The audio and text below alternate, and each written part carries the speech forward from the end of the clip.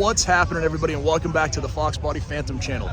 We are over here at the Motörhead show in Waltham, Massachusetts today.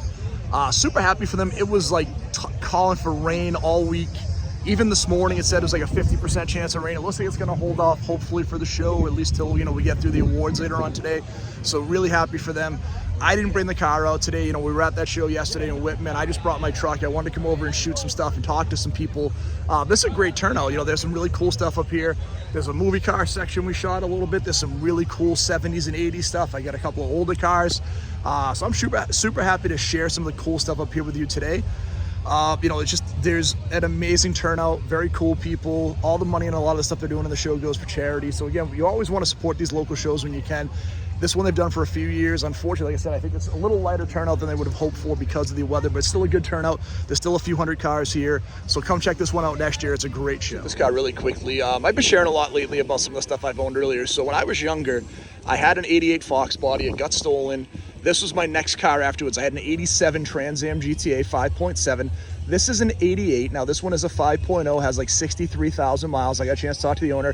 He's owned it for a few years, bought it from a family member, does drive it. He talked about his passion, put the racing suspension in it. The paint was done like 20 years ago, but this one's really sharp. Couple things I loved on this: the gold lattice wheels, the center caps with the gold Firebird emblem that matched. I loved the GTA logos on these. I thought they looked great.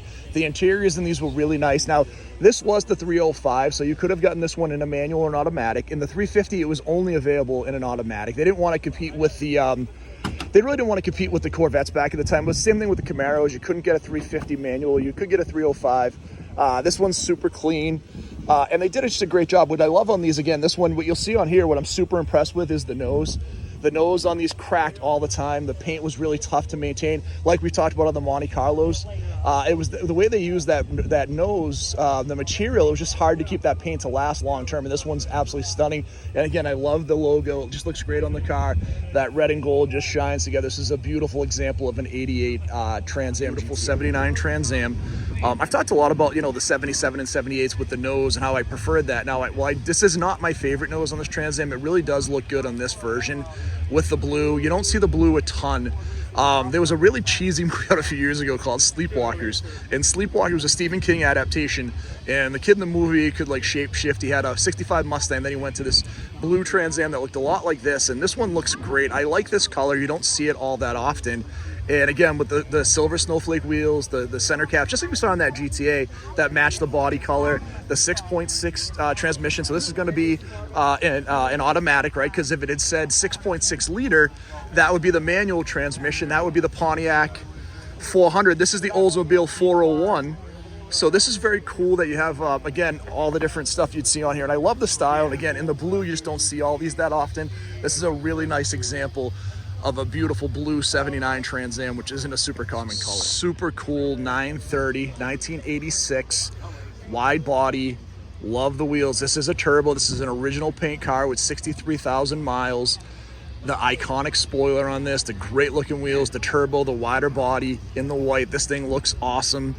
You see the bucket seats inside, the manual transmission. Again, not being 100% of a Porsche expert, I think those gauges are probably aftermarket. I don't think they came white from the factory, and that's definitely an aftermarket steering wheel. But these are so cool. And again, this body style back then was super iconic. Whale tail spoiler.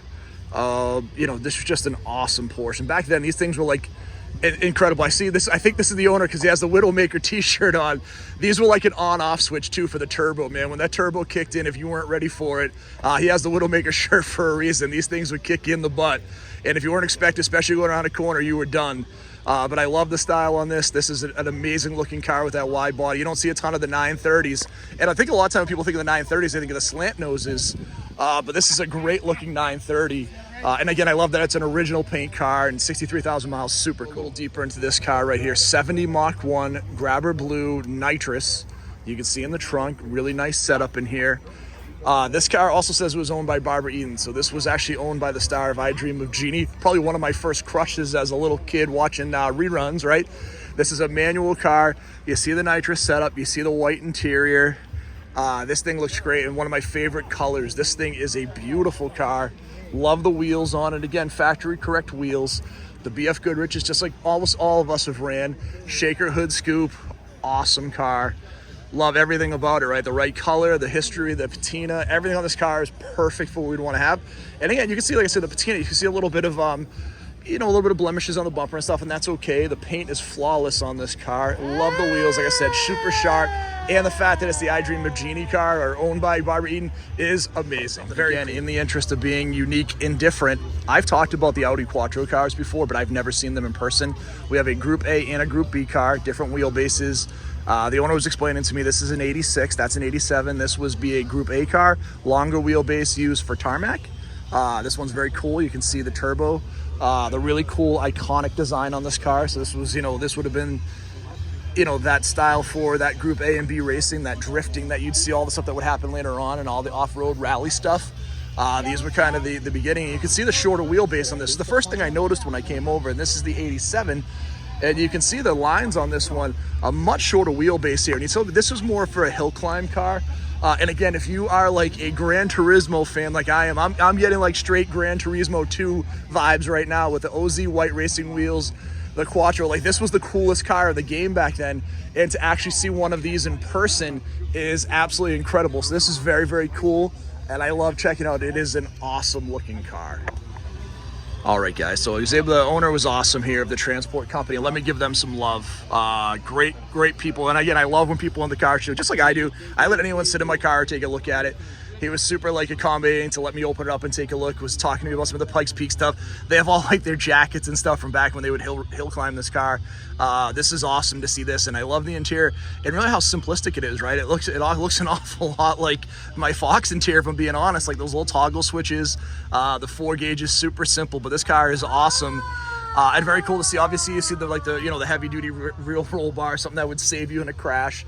The Lexan glass in the back, or Lexan plastic, right? So all the windows to make it lighter. This thing is super cool. And again, I've never seen them before, so I just say thank you to the owners. And again, thank you for bringing them, and thank you for being so accommodating and let us take a look at your cars. They are stupendous. All right, guys, I want to come over and shoot this Moni SS that's been put onto a truck chassis with the four-wheel drive. I talked to a couple of friends who have Monis, and they hate it. And I get it, man. I can see this being super polarizing, but I'm looking at the body right now, and I think the body probably had a little bit of challenges, maybe some rust. I can see there's been some paint work done, especially in the lower part of the body. So it took probably a body that needed some work. Maybe it was a chassis or motor was rough, and they put it on this. I think it's cool. Again, I like stuff that's different and unique. This is cool, right? You're not gonna see this anywhere else. It's very neat, it's very cool. You know, you see the heavy duty truck chassis. We've got the V8 in there, a 383 stroker. But from the top up, looks very much like a Moni. I even love that you left the Moni, the Moni SS wheel in there, the Moni gauges, the seats. Everything here looks very much stock Moni SS until you look down like 2 feet and you can see everything below that is literally just a truck chassis mounted on. And this used to be more common. You don't see it's done as much anymore, but I like that they did it. It's cool. I dig it. Good for you, man. Enjoy the heck out of the car. I think it's super fun. Guys, I don't shoot a lot of 57 Chevys just because there's so many at the shows, but this one kind of called out to me. Under the hood's beautiful. Looks like dual carburetor, chrome everything. Wheels are great, but this silver bullet is awesome on the car. The label silver and white on the outside with just a little bit, very classy pinstripes in the red. The red leather interior, the interior is really nice on this. You got the dice for the for the door locks. Really clean inside. This one, like I said, when I just saw it, I want to come back a little bit and give you a little better view of the body lines. This one just called out to me. This is a gorgeous 57. I think one of the prettiest ones I've seen, and I love the style on it. And again, I see a lot of 57s, but this one just stands out above most of them because I think it's more the color combination. I'm so used to the blues and the reds. This and the silver with the kind of the lighter silver white piece inside just looks awesome, and everything's super clean on this one. So super nice movie car section here. So we have like a Gotham police car. We've got a couple of the Honda from the from the Fast and the Furious, Furious movie 1. Also we have the Eclipse right next to it. This was kind of that meme with the spoon engines everyone would talk about, but we do have Brian's Eclipse at the beginning of the movie. So there's a couple of cool movie car stuff. We have a really nice General Lee here. Now, we've shot that car a couple of times at Bass. It's always good looking. This is a beautiful example of the car. Looks awesome as usual. We also have a Pizza Planet truck from Toy Story. We have a Lightning McQueen in this Mustang. We have a Ghostbusters car. We also have a Jurassic Park Jeep. This one's a little nicer than the one we shot at Endicott. This one's really clean. This one's in great shape. And then we have the Starsky and Hutch Torino. I want to say it was a 75? 76. So very cool movie car section. And I wanted to come over and share it with you because I thought it was a cool section of the show. Again, unique and different. Love seeing all the cars, the Fast and the Furious stuff, the Jurassic Park Jeep, very, very cool. 59 Chevy El Camino, 283 automatic. This thing is beautiful. And again, those pastel colors you would have in the 50s. We don't get a lot of these colors anymore, right? There's nothing that's this unique. This thing is beautiful. Love the color on it. The interior is really nice. Love the wheels. We've talked a lot about the wide white walls with the dog dish hubcaps and the matching steelies of the same color. Really sharp. This one looks great. Obviously a kind of a resto modern interior. The bed is beautiful. Love the rear end on these. This one, again, one of my favorite rear ends, and love those folded over fins. All right, guys, so we have the Fiero Club up here of New England, and we have 14 Fieros up here, which is kind of cool. You've never seen this many together, and I have the opportunity to talk to Ray, the president of the club, and Ray's gonna tell us a little about their club and some of the cars they have up here. So Ray, how are you? Very good, thank you. So tell me a little about the Fiero Club. This is the New England Fiero Association. Okay. We cover all of New England. Yep. And we have activities going on all the time. We just had a club picnic down in East Hartford. Nice. We try and branch out all over the place. And as you can see, we got 13 Fieros here today. And all different styles. So what's your favorite style of Fiero? It's got to be the GT. Okay. This is my car. Okay. And it's rare because it's yellow. They only made 214. Okay. Hills in the GT and it's T-top. Very cool. They're very rare. Yep. But everybody modifies their Fieros. Yep. The first one in line down there has an LS4. Yeah, you guys know that car. We've shot that at quite a few videos, and that actually came pretty close to winning Best in Show at La Salette this year earlier. It did very well at La Salette this year. Mine in particular has turbo and nitrous. Very cool. Because people in the Fiero group, they don't care if you modify the car because it was never finished. Gotcha. It was killed because of Corvette. Sure. It was outperforming the 80s, outperforming the Corvette. Same thing they did with the IROCs and the Trans Ams, right? You couldn't get a 5.7 with a manual. Yeah, absolutely. Yeah. So, well, they came out with the Solstice, which was originally going to be called the Fiero. Okay. But somebody had to admit that they made a mistake. Well, it's very cool. Now, in the hobby, in your group, you talked about everything being modified. Are there guys that are purists that keep their cars all original? There's a couple of them. Yeah. Like the white one right here. Yes. That's stock. Okay. But people don't care if you modify them. Okay. So it's kind of like the Tri-5 Chevys. If you have an original one, cool. If you have a modified one, even cooler, right? And no one minds. Yes. Well, that's awesome. You want to keep them rolling. Well, thank you for giving us a couple minutes to tell them about your cars, and very cool collection, and thank you for keeping this hobby alive. I know when I was a kid, my first car was an 88 Fox body Mustang, and I ran up against the Fiero GT, and he beat me. He had a little modifications done, and it kind of brought me down the path of modifying my cars, so they're always near and dear to my heart, so thank you for sharing with us. All right, guys, we also have high octane classics up here. They brought some really cool stuff up. They brought some stuff to Endicott with us too. They always have really cool cars there. If you're looking for like a premium classic car in the area, these are the guys to talk to. They always have super nice stuff. Obviously the SS 396 Camaro, the Boss 302. It's really good looking Firebird down the end here. So very cool stuff they have. Like I said, so if you're looking for something different, if you're looking for something high end, maybe something a little bit more desirable than your basic 289 Mustang or your 350 Camaro, these guys will probably have it because they always have really cool high-end stuff at the shop. We shot that cool 73 F250 last week up in Framingham. This is a gorgeous black F250 with the 360 original motor, the mag wheels, locking hubs, very similar to what we saw last week. This one's really nice. I think the paint's probably even a little nicer on this one. This is that Ranger XLT. Such a cool truck, and this one's very stock. We looked at it before. I kind of shared with you last week, I get the vibes of, when I was working with the family as a kid in the old ramp trucks in the 70s. This one's great. And then you got the Kawasaki 1000, and this is a 1977, right? So again, the motorcycle that would have been one of the fastest motorcycles at the time back then. These things were like rocket ships. This is before you had all the Ninjas and all, you know, the Hayabusas and all this stuff. So this was a super fast bike back then. And this is great. Again, it fits in the truck, looks awesome. I love this, you know, kind of keeping these two period vehicles together, and they're both in really, really nice shapes. This is a very cool combination to share with you today. Guys, another pretty neat truck up here. 1973 Bronco. This was a 302, so this one's super original. First year with the automatic transmission. You can see under the hood's really clean. I like this unique air cleaner setup on it. Very neat in the truck. Chrome bumpers, you know, the hubcaps with the white walls. Again, same thing we talked about. A little bit of the steelies on the with the white to complement the blue and white. This one's super sharp. Chrome's beautiful. Under the hood is beautiful. The interior, it looks just like it would have new. You can see the mirrors. Everything underneath looks just as good. Manual transmission. So this is an automatic transmission. So that's the transfer case, the four-wheel drive. But super original. Love the door cards. Love the seats. You can see just everything super clean on this car. And it looks great. So I wanted to share this one with you as well. Guys, this is a 1914 Metz. So we're in Waltham, Mass. We're at the place actually where these cars were built. And we have a few of these cars here. These were pre-World War I cars.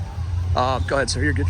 So this is pretty cool to see again. I didn't know much about these, and a couple people were kind of sharing a little bit with me. So this is very cool. And again, super rudimentary, you know, all these brass era cars are very cool. This one over here is a 1913, so the original price on it was $495. So I wanted to come up here and share this with you. So this is a very cool venue, and this is where the Motörheads get to have their show. So again, we'll give you a little quick scan of the venue. Nice little turnout, nice amount of cars, good variety, very cool stuff. Pre-World War I, all the way to modern stuff, so very cool. All right, guys, so I had a chance to come up here and look at the building where they built the factory for these Metz cars, and on display is this beautiful 1929 Duesenberg owned by Howard Hughes. In the chrome, black and red. Wow, like everything about this car is wow. Absolutely stunning, every piece of it. Again, I want to get over the other side and show you what the engine looked like, but you can see the chrome, you can see the you know, the hood emblem, everything. Wow. I mean, wow, that is unbelievable. Yeah. I don't even know what to say on this car, guys. Again, you know, I'm not the pre-World War II expert, but, you know, again, this is flawless. Like, what are you going to say on this car? Like, what are you going to go and find fault with? I mean, even look at the interior. You know, I talked a lot about how the interiors have become very, very basic over time, and look at how beautiful this is. I mean, I think it's manual wipers, but you have the spotlight, the turned aluminum dash, all the beautiful gauges, the leather interior. Stunning. One quick kind of roundup of the show here before we head out. Great show. Got to talk to some nice people again. Got to meet the people who are putting the show on. A really nice event. They have beautiful trophies here. Very cool stuff. They have a really great setup too. I love the setup with the you know, the way the tent set up in the back. They have some really cool food vendors. You know, they had high octane classics here today, so they have some really nice stuff. And this is a great show, so please come out and check it out next year. The money goes to charity, and again, it takes a lot of money to put these shows on, so these guys do a great job, so please come check them out.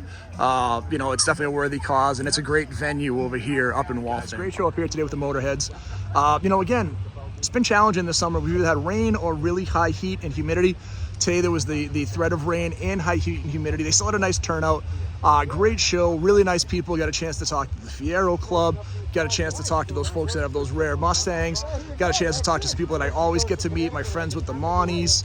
My buddy with the Shelby GT350 we met last week in Framingham. So lots of awesome people to meet. I love getting to talk to everybody at the shows.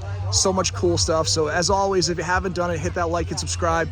No shows next week. I work in retail, tax-free in Massachusetts. Going to be super busy. The week after we have Sharon. The week after that we will have the the Mustang Car Club of New England show in Twin River, and then the week after that will be the show in the Marshfield Fairgrounds for the Spindle. So lots of stuff coming up in the next 3 weeks. Please check it out. Please come and support the local shows. We got to make sure we get enough people in there so they can keep running these shows, or we won't have them. And volunteer to support if you can, right? You know, jump in, judge, help park, whatever you can do. These guys need all the help they can get at all these shows because it's challenging. A lot of people are aging out. So talk to everybody soon. Have an awesome day.